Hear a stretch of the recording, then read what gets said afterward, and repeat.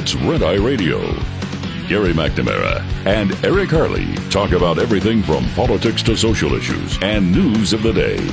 Whether you're up late or you're just starting your day, welcome to the show. From the Uniden America Studios, this is Red Eye Radio. All across America. We are Red Eye Radio. He is Eric Harley, and I'm Gary McNamara. Welcome and good morning. You know, Eric, I went to the Canadian Prime Minister's X site yesterday after he said that they're going to recognize a Palestinian state. Yeah. And, I mean, it was probably 19 out of 20 were absolutely livid. Yeah. Saying, you know, you're not Canadian. Where the hell did that come from? Right. And I found this is really interesting. Was an article in the Telegraph UK. We've heard about this man, but really never gone into detail. Really, most people in the United States, there's probably been some programs on him, but Mossab Hassan Youssef, who was the son of the co-founder of Hamas. And he rose through the ranks of the terrorist group as a child. After a stint in Israeli jails as a teenager for smuggling arms, he changed sides. Yeah. He was a spy embedded in Hamas for 10 years. Right. He's known as a Green Prince. He became Israel's most valuable asset, sharing vital intelligence on suicide bombings, shootings, stabbings during one of the bloodiest periods of this 70-year conflict. He is now one of the biggest critics of the Palestine resistance movement. And his invectives are not only reserved for Hamas, but for nearly all civilians in occupied territories. Just as UK, France, Canada, Portugal, and other Western democracies stand poised to formally recognize Palestine as a state at the UN in New York on Monday, Mr. Youssef says no such country even exists. The case Mr. Youssef wants to make is not a palatable one to many. He believes that Palestine is an artificial construct, that Palestinians should drop their identity if they are ever to thrive, and that the movement is a cultish curse that threatens not only Israel but the wider world. He said the whole concept of a Palestine is a political, violent movement, and self-proclaimed Palestinians are those who are profiting out of the Palestinian cause. They are the perpetrators. I make no distinction between Hamas and the Palestinians. The identity he grew up with, he now rejects in its entirety. The October 7th massacre and Gaza's obliteration in its wake, he sees as an inevitable consequence of an identity forged in violence and victimhood. His story is a remarkable one, and although politically he has ended up in the same camp as the Israeli prime minister, go on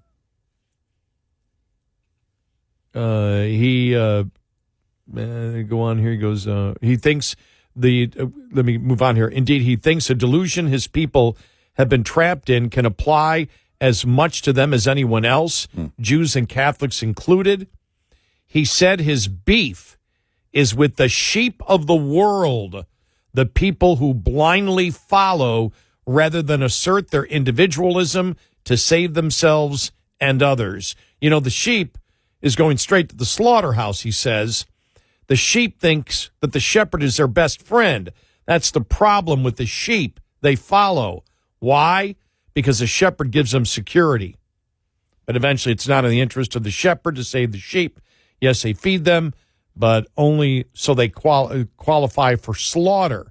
And this is the reality of so many people. It feels safe, especially when you're in the herd, but the herd is only going in one direction. It's a reality of most people. This is a reality of the world. So there you go. You know, when you think about Canada's announcement over the weekend and what this means, my question for Canadian leadership would be, okay, then if you're recognizing a Palestinian state, then you're recognizing a government. Who's leading the government? Who's leading this Palestinian state? Hamas. It can't be anyone. Right. No other group aside from Hamas. Yeah. It has to be Hamas. So that's what you're doing. And what now? Fair and free elections? I mean, what is it that you would support as Canadian leadership? What are you promoting? The whole two-state solution thing, that has been off the table for both sides. Hamas isn't looking for a two-state solution. No. It's one state, which does not include Israel existing at all.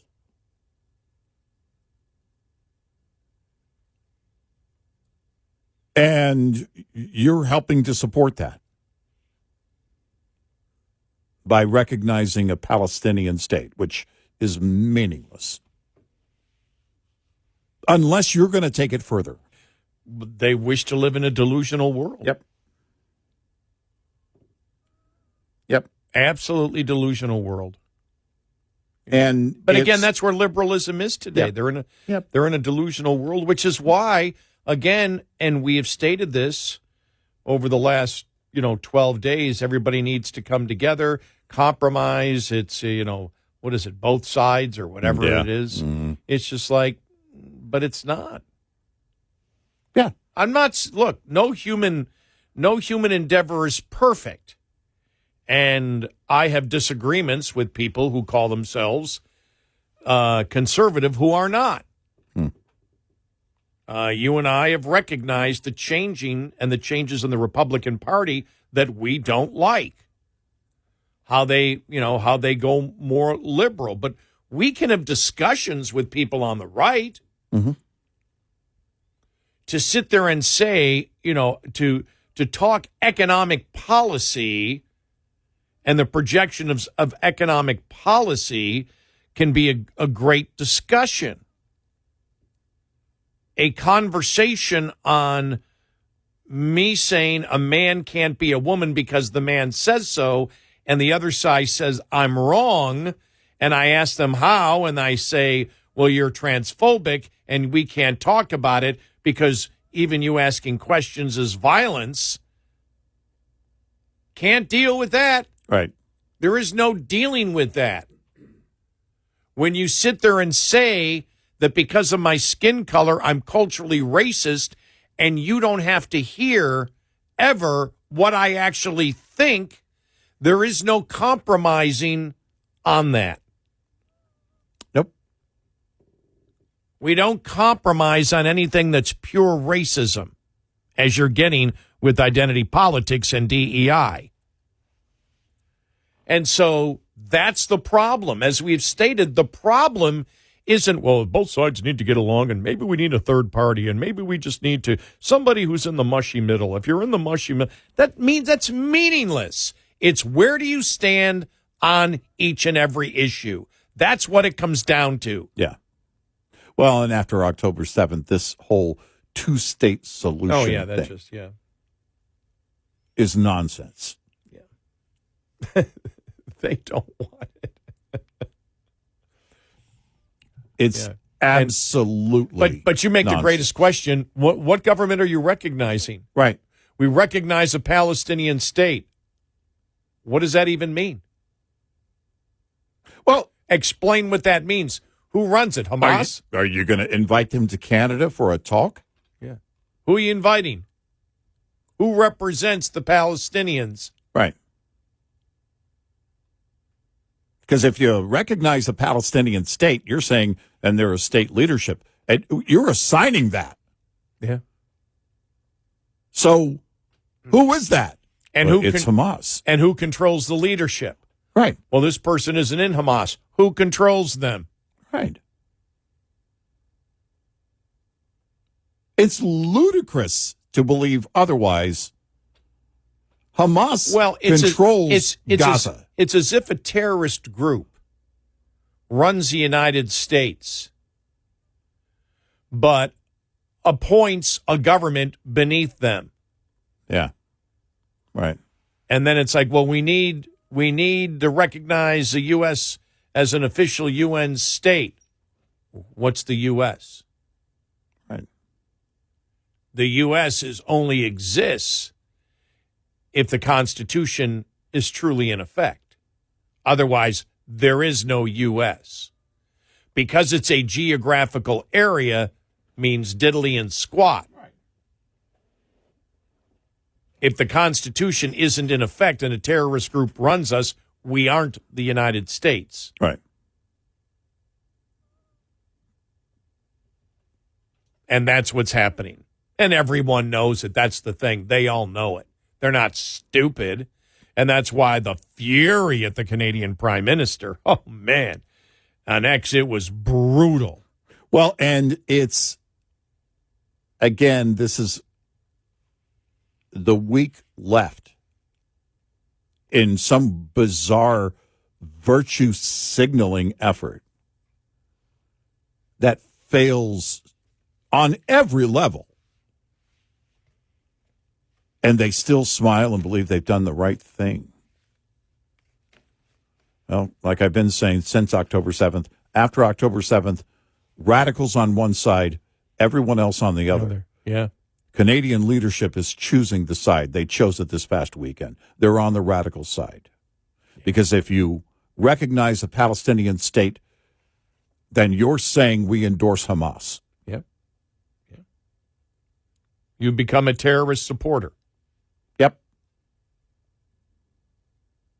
They didn't come out and say, listen, if Hamas is taken out of power and we believe there is no way for them to come back to power, we can talk about a two-state solution.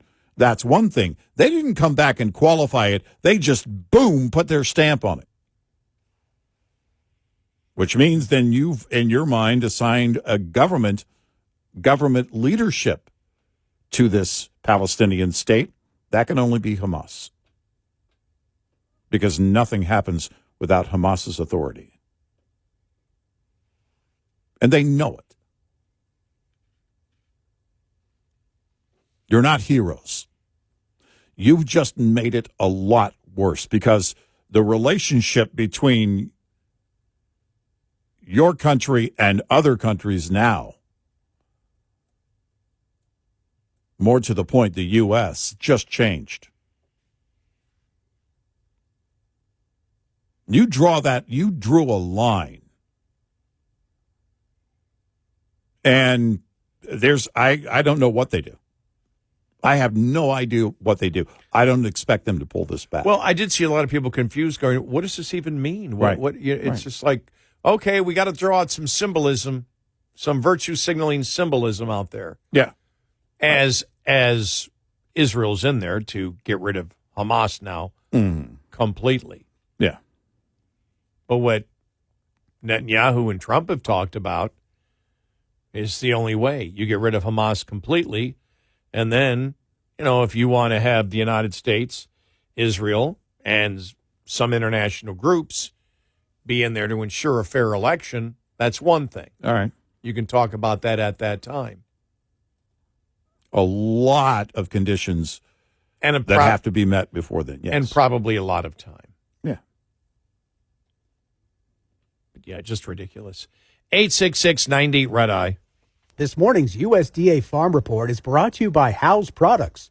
Tested, trusted, guaranteed since 1920. An appropriate time annually for National Farm Safety and Health Week. We always have it the third full week in September. Brings a top of mind, not only to the farmers, but also to the motoring public, making people think about putting safety first as we start to get into the fall harvest season. Dan Needham of the National Education Center for Agricultural Safety says historically, FDR signed the first proclamation for National Farm Safety and Health Week way back in 1944. That was back when the National Safety Council was kind of handling and running things. Making it the longest-running education campaign via U.S. presidential proclamation. This year's campaign runs the week of September 21st through 27th, with this year's theme, Safety First, Avoid the Worst. Registration for week-long farm safety and health webinars are available online at www.necasag.org. Click on the link to National Farm Safety and Health Week.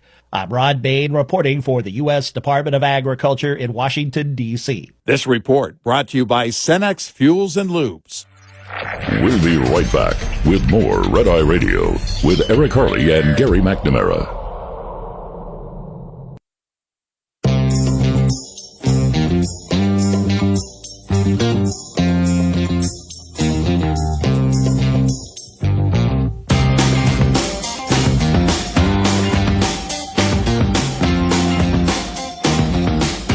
We are Red Eye Radio.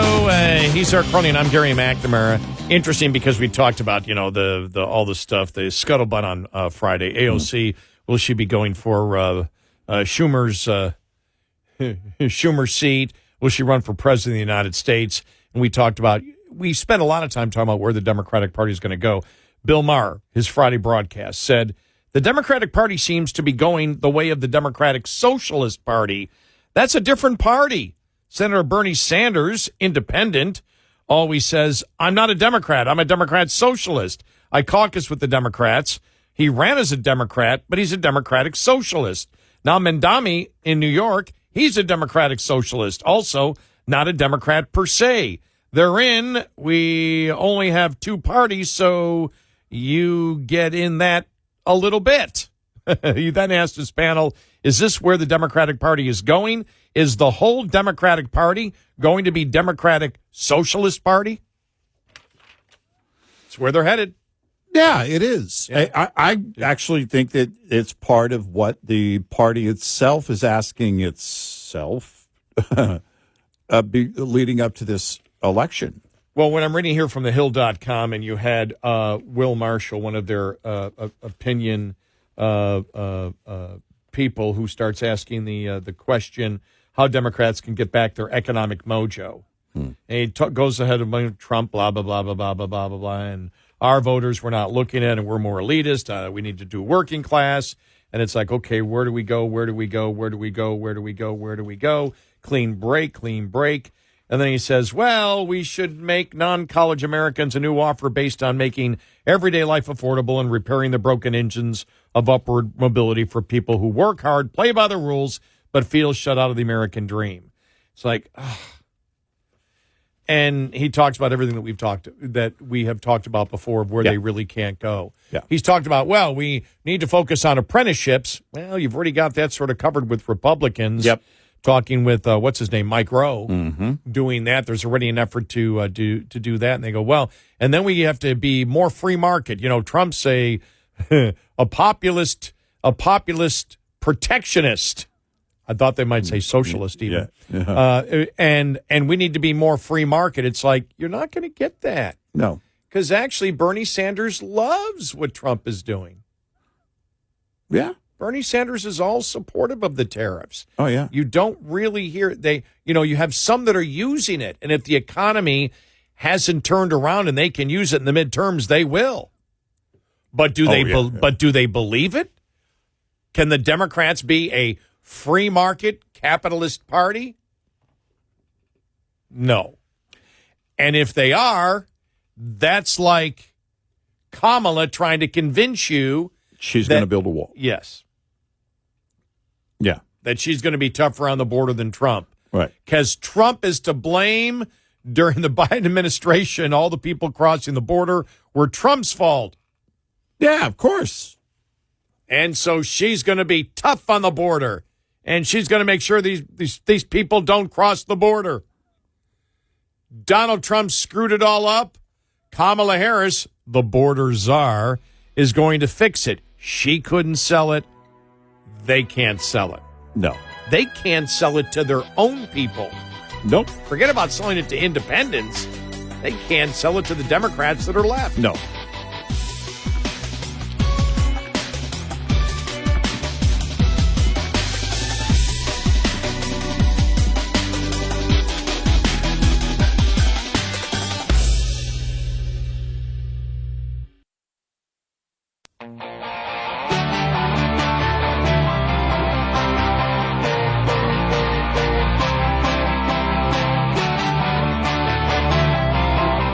You're listening to Red Eye Radio from the Uniden America Studios.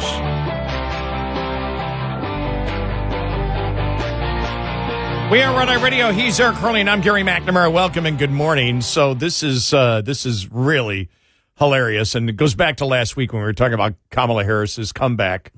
Her tour starts tomorrow. Her book tour. All right. And this is from the Daily Mail UK, and it's true. You just don't realize the impact of this. You go back to Hillary's, remember her book tour, but this again comes from the UK. Kamala Harris is set to relive her failed White House bid with the release of a new memoir. But Democrats fear her September book tour will reopen old wounds and drain energy from a party still staggering from $20 million in campaign debt she left behind. Her book, 107 Days, which debuts on Tuesday, kicks off a 15-city tour that some allies worry will become a told-you-so exercise against Donald Trump rather than a forward-looking moment for the party. And even those close to her doubt it will help her buttress her chances for a repeat candidacy. It doesn't mean anything when it comes to 2028 because that's going to be a huge wide-open field, said one former aide. Early excerpts show Harris painted herself as a tragic figure in the brief period after Biden was forced from the race, reflecting on how and why Democrats collapsed spectacularly against Trump. For critics inside the party, her reappearance threatens to repeat the Hillary Clinton playbook after her 2016 defeat: a book, a tour, bitterness, and more division. Democrats are frustrated that Harris admits to failing to act sooner as Biden stumbled, and even reveals she avoided picking Pete Buttigieg as her running mate because he was gay. The truth is that, like Joe Biden before her, she prioritized making sure that her running mate would not overshadow her. And she got what she wanted, wrote journalist Josh Barrow on X. Harris will face a wary audience. Some activists hope her tour will offer therapy for a grieving party. What do you think about that one? I like that one. Yeah. She's going to provide therapy. Others say it risks keeping Democrats stuck in the past while governors like Gavin Newsom and J.B. Pritzker step up as future leaders for 2028. Oh, God help us.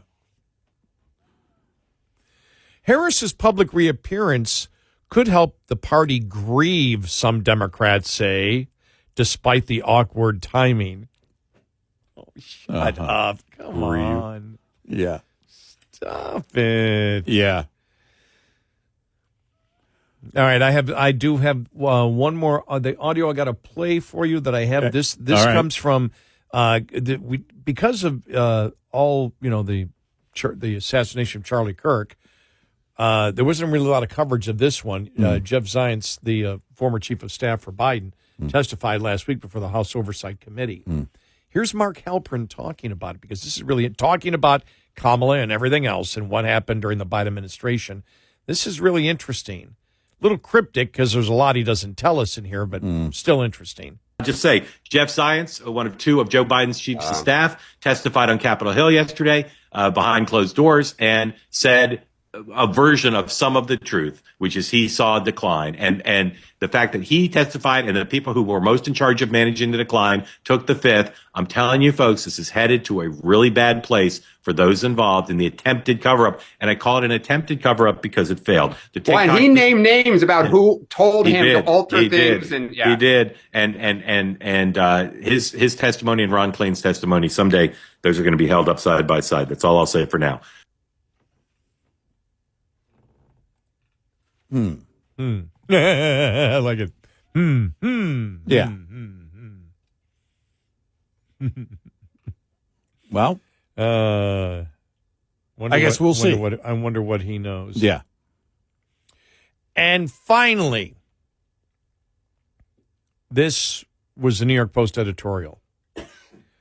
Charlie Kirk's massive memorial was so much more than that.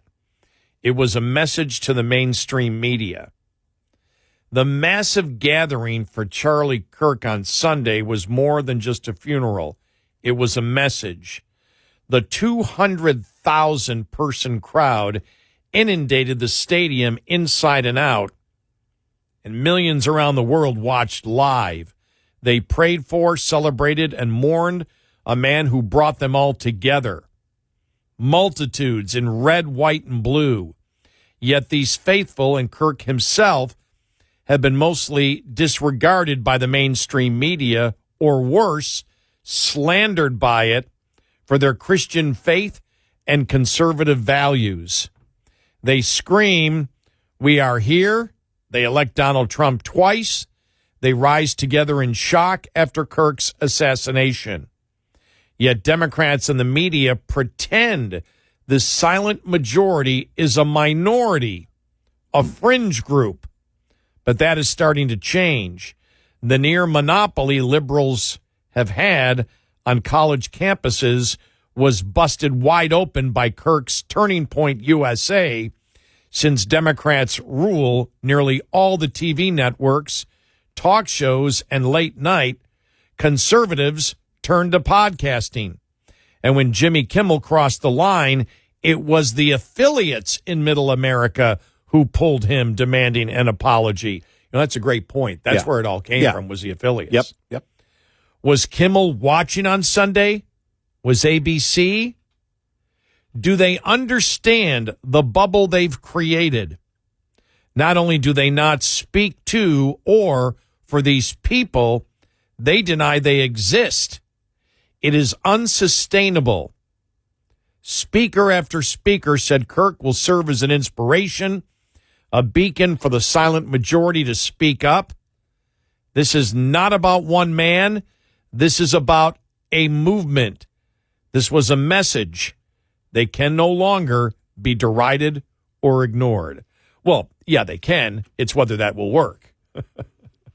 Right. Well, the good news is that it's also this is a new awakening, a new stage maybe of an awakening that has been happening when more and more people wake up and see the truth of how the left really behaves. And knowing that you just can't ignore that any longer. You know, Turning Point, I've heard a little bit, but I wonder if this is going to get more recognized. There's who put out this? Was it Turning Point who put out this ad? No, well, I don't know if it was Turning Point who put out this or not, but it was really interesting just listening to it, where they talk to people who say, "This was my turning point. This was my turning point. This was my turning point." Right. And I wonder whether, that as a message, I know it's been a message, but it could be a huge message for conservatives, Republicans alike. Here's just part of this audio that I found yesterday, and I thought was interesting. Here we go. I was talking to two young men this weekend. One is a registered Democrat. The other is what he would call an independent or moderate Republican. Neither one of them agreed with very much of what Charlie Kirk said. But they had watched Kirk's videos on campuses for years as Kirk debated students and anyone else who wanted to stand in line for the chance to prove me wrong, as Charlie Kirk put it. And they respected that. Both of them separately told me this weekend they will never vote for a Democrat again. Both said their social media feeds were filled with far-left agitators celebrating Kirk's assassination. Notice that it wasn't Charlie's opinions that inspired those young men. It was his willingness to debate. Now, I, like the young men who spoke to Elizabeth Vargas, did not agree with Charlie Kirk about everything. I oppose banning abortion, and my religion doesn't hold that life begins at conception. I am a big fan of the Civil Rights Act, and I think Donald Trump lost the 2020 election. But Charlie Kirk still invited me on his show. And big sign, what was your turning point? Big banner above that. Right. Above both those particular audio cuts out there. Yeah. And I thought it was interesting, because that's what the whole thing is. Because when you look at Charlie Kirk, everything that they say that he's a radical is untrue. Yep. Well, again, I don't know of a radical position that he held. It's like we always have said this for the longest time. You guys are radical. We're like, where? Yeah. Give us one opinion where we're radical. Right. We're not radical on anything. Right. Not a dang thing we're radical on. We're in the mainstream of American politics. Yep. We just actually want to do the things that are mainstream. Well, and that's it. If, again, you look beneath the massive lies and look for the truth, then you find out, again, the truth about what they were lying about. In the case of Charlie Kirk, in the case of a number of things, then it's the question, well, why would they lie about that? Because the left cannot have anyone having a discussion. That is not allowed. And keep in mind, they've been working so hard at this that the mob has been ruling the left for a number of years now. They have fully intimidated them into submission, where you can't even ask a question. That should stand no longer. They don't rule your life, even if you agree with them on some issues. So why the intimidation? Because they needed to control. It was about power and control, and then they'll come after you, try and ruin you if you even question what they're doing. And I think what we had talked about, and even the New York Post editorial combined it all together. That's why free speech, when you think about it, free speech was such a huge thing from Charlie Kirk, and that's why we've advised the Trump administration, let's back off a little bit on all of this. Let's back off on what Pam Bondi said last week, or the FCC commissioner. You saw that Ted Cruz got no pushback at all, and Ted Cruz is not a favorite of MAGA. Right. Why? Because we all believe in free speech. Right. And, that's why you have so many podcasts. I personally, as I've said before, I don't think that the federal government should have anything to do with anything that's said on the radio or TV. If you want to get involved in the technical things as to the power of your signal and whatever, that's fine. The technical things if you wish to regulate, but content, no. The government or whichever party is in power now deciding what's in the public interest, absolutely not. Right. I want that gone. Why? Because if it's gone and the marketplace rules, the insane left cannot dominate anymore. Right.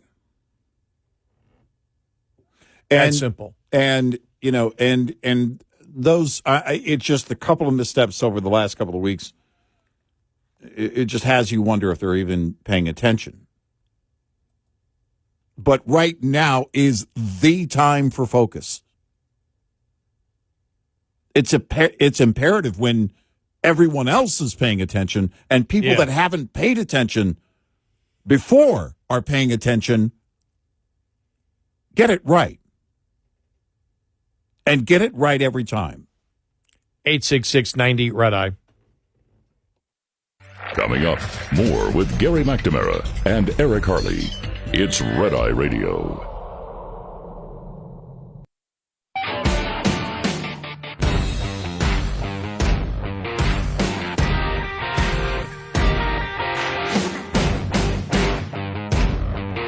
And he's Eric Harley, and I'm Gary McNamara. Welcome and good morning. Big economic report week. The Chicago Fed National Activity Index out today. Weekly jobless claims on Thursday. GDP quarter two and durable goods order for August for the U.S. both on Thursday. Additionally, the personal income and outlays report scheduled for release on Friday. So going to be interesting to see the durable goods orders because that's durable goods. Yeah. Things that we build to see what's out there. We know manufacturing employment-wise has been down. And here's the thing, when you look at manufacturing, even if the rate is down, how quick is AI? Did you see all coding? I saw a story within 18 months, gone.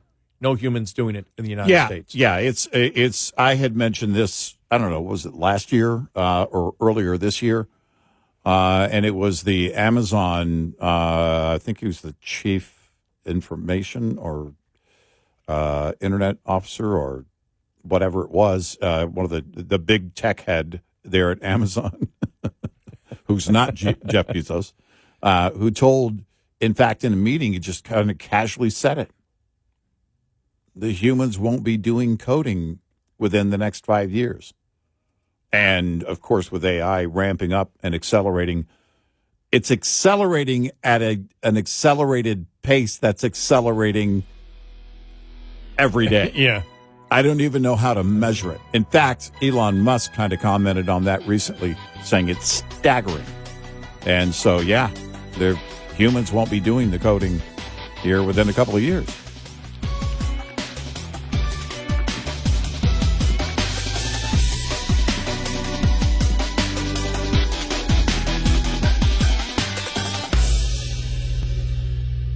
This is Red Eye Radio on Westwood One.